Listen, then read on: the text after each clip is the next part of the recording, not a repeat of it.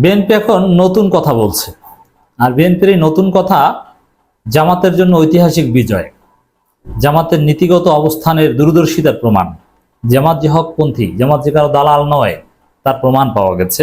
কি ঘটেছে দর্শক, মির্জা ফখরুল ইসলাম আলমগীরের দুইটা বক্তব্য আমি একটু আলোচনা করব। একটা বক্তব্য হচ্ছে, তিনি বলছেন যে বিএনপির সাথে ভারতের সম্পর্কের বরফ বলতে শুরু করেছে। আর একটা হচ্ছে, ভারতের উচিত এদেশের মানুষের পালস বোঝা। এএনআইকে দেয়া সাক্ষাৎকার মির্জা ফখরুল এই কথা বলেছেন। এখন এই কথাটা যদি প্রথমে একটু আমরা অ্যানালাইসিস করি, ভারতের উচিত এদেশের মানুষের পালস বোঝা। ভারতকে নসিহত এবং রুহুল কবির রিজভির বক্তব্যের যদি তাকান, ভারত বাংলাদেশের সাথে সম্পর্ক চায় না, হাসিনার সাথে সম্পর্ক চায়। এবং অমিত শাহর বক্তব্যের কড়া প্রতিক্রিয়া রেখেছেন রুহুল কবির রিজভি। এই যে বিএনপির লোকজন, অবশ্যই রিজভি আগে থেকেই ভারতের বিরুদ্ধে সোচ্চার ছিল। মির্জা ফখরুল থেকে শুরু করে বিএনপির লোকজন যে ভারতকে নসিহত করতে পারছে, এই কথাগুলো বলতে পারছে, জনগণের সাথে সম্পর্ক করতে হবে, জনগণের পালস বুঝতে হবে। ভারত এরকম কোমর সোজা করে কথা ভারতের বিরুদ্ধে আগে বলতে পারেনি বিএনপি। বরং ভারতকে খুশি করতে জামাতকে এড়িয়ে চলেছে। That's open secret. এই তকমা বিএনপিকে আজীবন ধারণ করতে হবে। ভারতকে খুশি করতে, ভারতের সমর্থন পেতে জামাতকে চিনেও না চেনা ভান ধরেছে। জামাতের নেতাকর্মীদের উপর ভয়ানক জুলুম নির্যাতন দেখে চুপ থেকেছে। বিএনপির এটা একটা মানবতা বিরোধী অপরাধ। জামাত নেতাদের বিনা অপরাধে তাদেরকে হত্যা করেছে, ফাঁসি দিচ্ছে, ক্রস ফায়ার দিচ্ছে, নিশ্চিহ্ন করছে, ছোট ছোট বাচ্চা ছেলেদের, ইয়াং ছেলেদের হত্যা করছে। অথচ বিএনপি একটা কথা বলতে পারেনি। একসাথে যারা মন্ত্রী পরিষদ চালিয়েছে তাদের মৃত্যুতে একটু জানাজায়ও যেতে পারেনি। কি অমানবিক আচরণ করেছে, কেন করেছে? ভারতকে খুশি করতে। যে বিএনপি গত 15 বছর ভারতকে খুশি করতে, ভারতের সমর্থন আদায়ের জন্য কত নাটক করেছে, ভারতের ফাঁদেও পড়েছিল। ভারতের কথায় 18 সালে রাতে নির্বাচনেও গিয়েছিল 100 সিটের আশায়, কিন্তু শেষ পর্যন্ত হয়নি, 6টা পেয়েছে। সেই ভারতের সাথে, সেই ভারতের বিরুদ্ধে কিছু বলা, কিংবা ভারতের উচিত এদেশের মানুষের পালস বোঝা। এদেশের মানুষের পালস কি এটা একটু আমি বলি। এদেশের মানুষের পালস তো এখন জামাতকে সমর্থন করে এদেশের মানুষ। আমিরে জামাতকে মনে করে সবচেয়ে জনদরদী নেতা। মানুষের পালস এটা। তা আমি বলবো যে মির্জা ফখরুল এই বক্তব্যের একটা অর্থ হতে পারে যে ভারত জামাতকে দেখতে পারবো না, জামাত আমাদের শত্রু, জামাতের সাথে সম্পর্ক নেই, এসব ধান্দাবাজি ছেড়ে জনগণের পালস বোঝ। জনগণ তো জামাতকে চায়। অতএব বিএনপি, জামাত থেকে শুরু করে এদেশের সব জনগণের সাথে সম্পর্ক করতে হবে, কোনো অপরাজনীতি করা যাবে না। এটা কিন্তু চারদিক থেকে, এর আগে ডক্টর ইউনূস কিন্তু বলেছেন যে আওয়ামী লীগ বাদে সবাই জামাত বা ইসলামপন্থী, এই বয়ান বাদ দিয়ে আসতে হবে। ভারত সম্পর্কে বিএনপি নেতাদের এই বক্তব্যগুলো, ডক্টর ইউনূসের এই বক্তব্যগুলো জামাতের একটা ঐতিহাসিক বিজয়। জামাতকে ভারত অ্যাকসেপ্ট করতে বাধ্য হবে। জামাতকে বাদ দিয়ে ওভারলুক করে বিএনপি ভারতের সাথে সম্পর্কে বরফ বলাবে, এটাও কিন্তু হতে পারে না। তবে ভারতের সাথে সম্পর্কে বরফ বলতে শুরু করেছে, এটা একটু অতি উৎসাহী কথা। এই সেম কথা জামাত বললে অবস্থাটা কি হতো?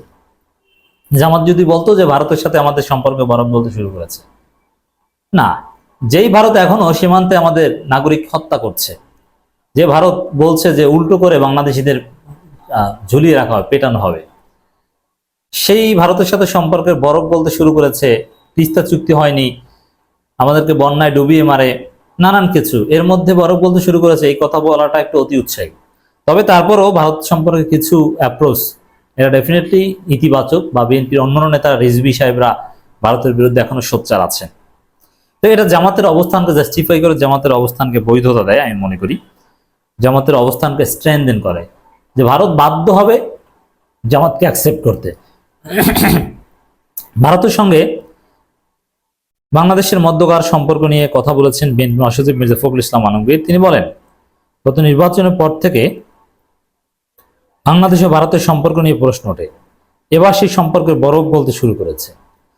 এটা একেবারে ভুল কথা নয়। যেমন জয়শঙ্কর একটু নরম সুরে কথা বলছেন যে বাংলাদেশে পট পরিবর্তন, এটা বাংলাদেশের অভ্যন্তরীণ বিষয়, আমরা বাংলাদেশের সাথে কাজ করতে চাই, আমরা বাংলাদেশের জনগণের সাথে কাজ করতে চাই। ডক্টর ইউনূসের সাথে বৈঠক না হওয়ার মোদির, এটারও একটা ব্যাখ্যা দিয়েছেন। এর মানে কিছু কিছু জায়গায় একটু ইতিবাচক ডেভেলপমেন্ট আমরা লক্ষ্য করছি। তবে জামাতকে জামাত প্রশ্নে আপত্তি বা এগুলো সব ঊর্ধ্বে উঠে সবার সাথে যখন সম্পর্ক করতে আসতে পারবে, তখন বলবো যে প্রকৃত বরফ বলছে।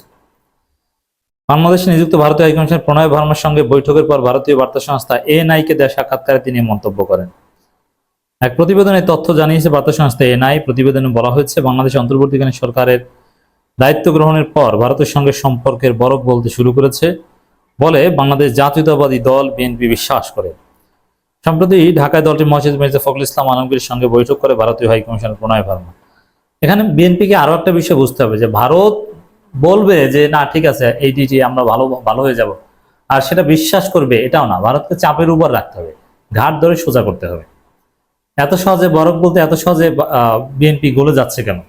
বিএনপির বরফ তো এত সহজে গলার কথা নয়। বিএনপির উপর কি নির্যাতন করেছে ভারতের সহায়তায়, আর সেই ভারতের মন জয় করতেও বিএনপি তৎপর ছিল। মজার বিষয়ে মির্জা ফখরুল্লাহ কিন্তু ভারতের বিরুদ্ধে কখনো বলতে পারেননি, এখন দু একটা কথা বলছেন। 5 আগস্টের আগে মির্জা ফখরুল্লাহ বলতে পারতেন, রিজভী, ফারুক এরা বলতেন। এ বিষয়ে এনআইর সঙ্গে কথা বলার সময় মির্জা ফখরুল বলেন, প্রণয় ভার্মার সঙ্গে হওয়া বৈঠক উভয় দেশের জন্য ইতিবাচক দিকে নিয়ে গেছে। এখন জামাতের সাথে একটা বৈঠকের ব্যবস্থা করান, তাহলে বুঝতে হবে যে ভারত বাংলাদেশের জনগণের সাথে সম্পর্ক করছে, কোনো বিশেষ দলের সাথে নয়। নাহলে কিন্তু বিএনপিকে জনগণ সন্দেহ করবে যে এখন আওয়ামী লীগের স্থান দখল করেছে বিএনপি। চাঁদাবাজি লুটপাটে যেরকম বিএনপি আওয়ামী লীগের স্থান দখল করেছে, ভারতের দালালির ক্ষেত্রেও কিন্তু সেই প্রশ্ন মানুষ করতে পারে। অর্থাৎ বিএনপিরই উচিত জামাতের সাথে একটা বৈঠকের ব্যবস্থা করানো, যে জনগণের সাথে সম্পর্ক করতে হবে। বিএনপি জামাত অমুক তমুক কোনো ভেদাভেদ নেই, সবার সাথে আপনাদের আলোচনা করতে হবে। এটা এইরকম একটা উদ্যোগ বিএনপি নিতে পারে। 2024 সালে জানুয়ারিতে অনুষ্ঠিত বাংলাদেশের জাতীয় সংসদ নির্বাচন বর্জন করেছিল বিএনপি। তিনি বলেন, ভারত ও বাংলাদেশের মধ্যে সবসময় খুব ভালো সম্পর্ক রয়েছে এবং সম্পর্ক উন্নত হয়েছে। অবশ্যই এটা টার্নিং পয়েন্ট। আরেকটু সংযত কথা মির্জা ফখরুলকে বলতে হবে, একটু বেশি হয়ে যাচ্ছে, আরো নানান বিষয়ে কথা বলেছেন। মোটের উপর এক কথায় যদি বলি, বিএনপি আজকে যেটা বলছে বা যে বিষয়ে কথাবার্তা বলছে, দিন শেষে এগুলো কিন্তু জামাতের অবস্থানের বিজয়, যে ঘুরে ফিরে সবাই জামাতের সুর ধরতে শুরু করেছে, ভারতকে ঘাট ধরে সোজা করানোর পক্ষের কথা। তবে একটা বিষয় খেয়াল করেছেন কিনা, যারা রাজনৈতিক সমালোচক, বিশেষ করে পিনাকি ভট্টাচার্য নানান বিষয়ে সমালোচনা করেন, তার অ্যাপ্রোচ কিন্তু ঠিক আছে। তিনি হাসিনা সরকারের প্রচন্ড বিরুদ্ধে ছিলেন, তিনি লড়াইয়ের একজন অগ্রসৈনিক।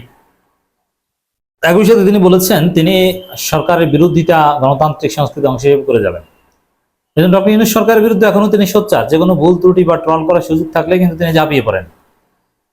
জামাতের আমিরের সেই আওয়ামীপন্থী সাংবাদিকদের সাথে বৈঠকের বিরুদ্ধে তিনি মুখ খুলেছেন, এমনকি শিবির ছাত্রদল সংঘর্ষের বিষয়ে মুখ খুলেছেন চট্টগ্রামে। এমনকি মির্জা ফখরুল ইসলাম আলমগীরের যে বক্তব্য, যে ভারতের সাথে সম্পর্কের বরফ বলতে শুরু করেছে, এই বক্তব্য নিয়ে ট্রল করেছেন পিনাকি ভট্টাচার্য, এই বক্তব্য নিয়ে কথা বলেছেন। এর মানে বিএনপিকে আরো সংযত হতে হবে। ওভারঅল কথা ঠিক আছে, কিন্তু ভারতের সাথে সম্পর্কের বরফ বলতে শুরু করেছে, এই অতি উৎসাহী কথা, এটাতে জনগণ নেতিবাচক ভাবে দেখছে। পিনাকি ভট্টাচার্যের ট্রল মির্জা ফখরুলের বিরুদ্ধে তার প্রমাণ।